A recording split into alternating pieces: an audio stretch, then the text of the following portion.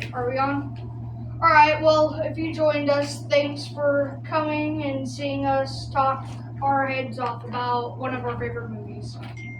Today we'll be talking about the original 1978 Halloween. Are you scared, Silas? Yeah, sure. Because I am. We don't want to get copyrighted. Yeah, we don't want to get copyrighted. First of all, I think the first thing we should do is we should both share our rating with each other of what we graded it 1 out of 10. So, also about that, right here, I have this tally score or whatever. We're gonna see how many movies we have the same exact rating for. So, reveal 3, 2, 1. 8 out of 10. 10 out of 10. 8 out of 10 for the original Halloween. It's not as good as Kid, you're too young to be doing drugs. What you doing? Dad, there is Don't even be telling me. lot Look, see, even my phone alarm is mad at you for grading that. 8 out of 10. Yeah, 8 out. Somebody in the comments tell this kid, quit doing drugs. 8 out of 10 for the original Halloween. Someone anybody in the comments, you can do what out of 10 you like it too. Just whatever you think. They're gonna say 10 out of 10 is what they're gonna say.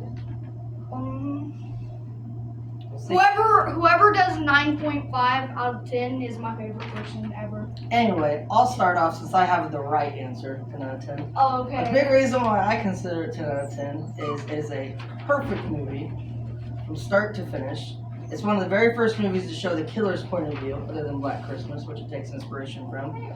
And also, what a lot of people probably might remember, might not remember, is it's actually a bloodless film. There's no gore. I mean, there's obviously violence, but there's no blood throughout the entire film. But it doesn't mean that it lacks in scares. It's still a very scary movie. I think one thing that makes it scary as well is this is something that could really happen. I mean, you're babysitting, you're hanging out with some kids, carving some jack-o'-lanterns. Next thing you know, boogeyman, Michael Myers, wants to kill you. 10 out of 10. And may I also say, one thing that I thought is the one girl that says totally all the time, I looked it up recently. I assumed it'd probably be 20, 30, maybe even 50 times she says it. She only says it 11 times in the film. But if you're ever looking for a fun little drinking game or something for the 21 and older crowd, drink every time you hear totally.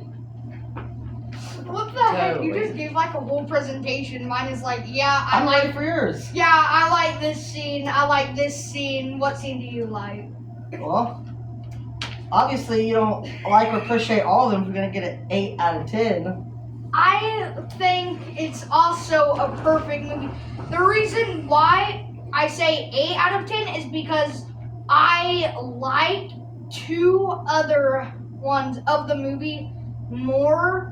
I don't know, I kind of actually real rating, it would be a 9.7, but I'm only doing single numbers, so I don't know why I didn't put a 9, but yeah, 8. I feel 8 out of 10. Respectable. 8 out of 10 is a bit of an understatement. Now, if you tell me that you rank part 5 or something like that, 10 out of 10, we got some problems. It's body slam time. Nah, it's body I slam like time. part 5. All right, part 5. It's not. That's a video for another day. Part 5 is not as good as the original, though. Oh no, even close. We'll have to get in that for a part 5 discussion. Yeah. But part 1, 10 out of 10. Let's just pretend he says 10 out of 10 because he's crazy. But okay, 8 out of 10, 10 out of 10. Great movie. So what are your, if you're looking at 8 out of 10 instead of 10 out of 10, what are some marks against the film then?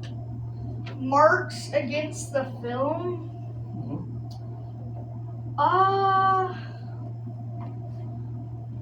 don't really know, honestly. I think the only thing that I can say against it is actually a scene that I like, but some people, I've discussed it with people at my school. A lot of people think the whole scene with Bob and the ghost is kind of cringe, but I kind of like it. I can't really actually see anything that's bad in the movie. I don't have any complaints actually. And one thing is, for a lot of people that maybe haven't seen a lot of older movies and stuff like that, this is one to check out because your favorite horror movie is probably inspired by this movie. This is the one that jump-started slasher films. Without this film, who knows exactly where horror movies would have been.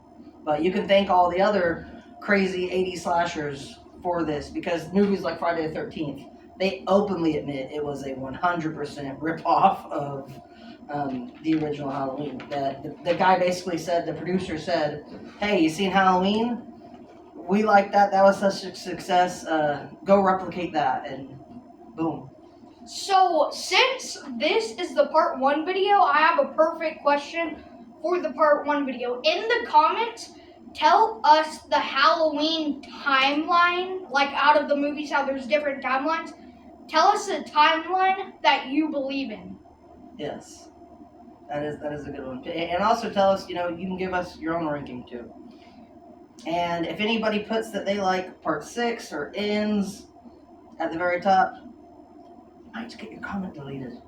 Just kidding, you won't, but You're wrong. That's wrong! Yeah, wrong. Shame. Shame on you. You like freaking Colts?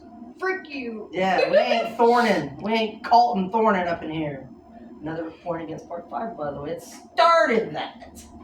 Yeah, but freaking, to be fair, in my defense, since I like part 5, they did not have the intentions, like the directors of part 5 did not have the intention for that guy to be a culty guy. They just wanted the other directors to do something else. What they did is they put a whole bunch of random stuff and then left it for the other director to explain it. The rest of the movie is good though. Anyways, we're doing too much. Anyway, alright. We're doing too much. Original Halloween, great movie. We definitely suggest it. If you haven't seen it, you're probably living under a rock. But if you haven't seen it, definitely go check it out. Thank you guys for watching, and we'll see you for one of my personal favorites, Halloween 2 next. Thank you guys.